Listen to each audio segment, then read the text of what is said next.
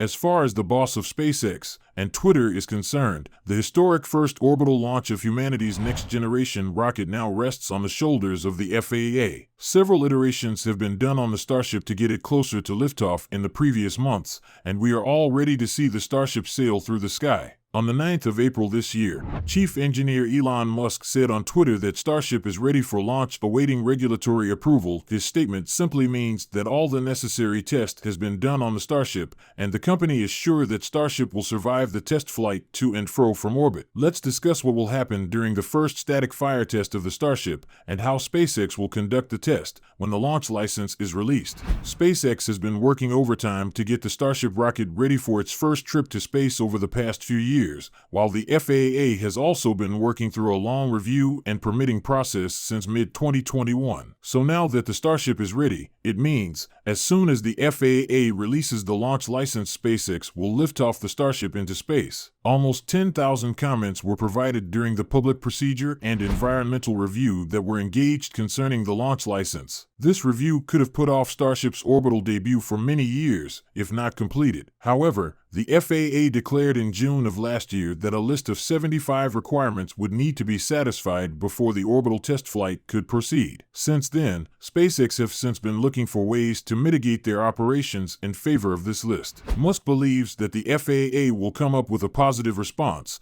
and release the launch license so that the Starship finally lift off into space before the end of April. That's why he tweeted that Starship launch trending towards near the end of third week of April. According to a previous complaint made by a coalition of environmental and Native American organizations, access to the public beach near to SpaceX's Starbase complex is prohibited, despite the overruling of the complaint. As Musk already revealed to the mainstream media that the journey is just a test, and there will be no orbital operations. The introduction of Super Heavy and Starship's initial effort to enter microgravity will certainly result in explosions, with the exception of the most recent Starship high-altitude flight tests. A lot will be leveraged on Starship's success as NASA plans to use it for its upcoming Artemis moon missions, and Musk will also transport satellites to space and eventually humans to Mars inside the Starship. Hence, Starship has even more workload even when it has not been launched. Let's explore more on what we will expect during the first orbital flight of the Starship.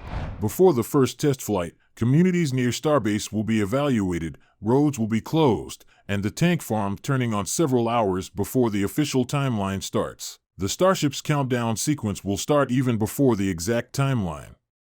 And the right time for the launch will come when the director-to-pull operators confirms their readiness to move forward with the load after the danger area has been cleared of people and the tank farm has spooled up. Once the operators confirm the readiness of all systems, an OK sign will be signaled, and if the signs are in favor of the Starship, they will move forward with the propellant load sequence. The OK call should happen at the time T, which is about 2 hours mark and will coincide with the start of the orbital launch. Prior to the countdown of this time, OEM vent will be controlled to chill down and cooling of the liquid oxygen lines on the OM with liquid nitrogen, and also, the combustion gases need to be chilled down so that when oxygen flows through them it doesn't instantly boil off and create issues like oxygen bubbles getting hanging around in the pipes or get stuck in valves. The next step will be loading inflammable propellants in the tanks of the Super Heavy booster, which is set to begin at T-1 hour and 39 minutes. At this time in the countdown, we'll see that the OEM vent will stop and the liquid oxygen and liquid methane will start flowing into the booster, just as in the case of the Falcon 9 countdowns where we saw the T-20-minute vent on the strong back prior to liquid oxygen load on the second stage. The vents of the inflammable gases will be similar to the cloudy vents we saw during the static fire test of the Starship when the upper stage emitted clouds of gases into the atmosphere. When the vent stops, the liquid oxygen load begins a few minutes later. We'll likely start seeing chilled frost rising on both tanks of the booster. This will be very useful to know the level of each propellant that has been fed in the Starship. So, if you are close to Starbase on the launch day, you can witness live how much each tank is loaded, the freezing propellant that appears on the Starship body. This load sequence will likely last up until a few minutes before liftoff. But surprisingly, the lines up with what we've seen in past propellant load will take about an hour to get the booster tanks filled up, as the time to load propellants on the ship gets close. The ground systems will perch and chill down the lines on the launch tower. The first propellant that will be loaded is liquid methane at T-1 hour and 22-minute mark, followed 5 minutes later with the load of liquid oxygen. However, unlike the booster on the ship, we'll see the load of propellants on the body of the Starship.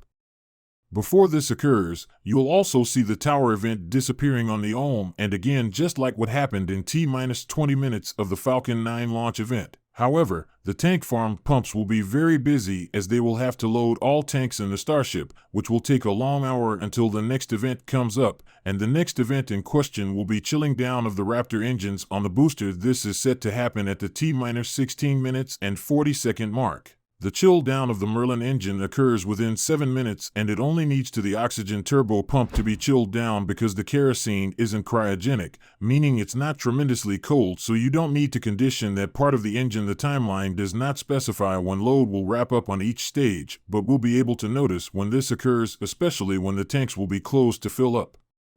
Engineers will be spotted venting out excess gas filled to the brim of each tank. Hence, the tank cannot be fully loaded if they previously contain any gas, so in order to fill up the rest you need to vent the remaining gas. In fact, you'll see each tank vent from time to time as the propellant levels rise again. All of this is done to keep the tanks at the proper pressures and levels at all times. We expect that the propellant load will be completed by the T-2 minute mark.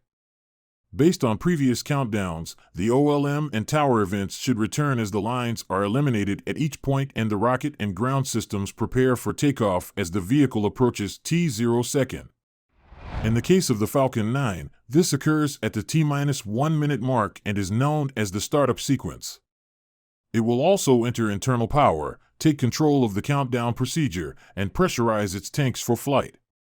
The vent-down sequence of fluid interfaces is the next event we know will occur from SpaceX's plan, but SpaceX did not disclose the times for when this happens on Starship, so we'll simply have to figure that out on launch day. However, we actually witnessed this on SpaceX's live stream of the 33-31 engine static fire test not too long ago. The stream started with the clock held at that part of the count, and when the test countdown resumed, they resumed from this point all the way to engine ignition.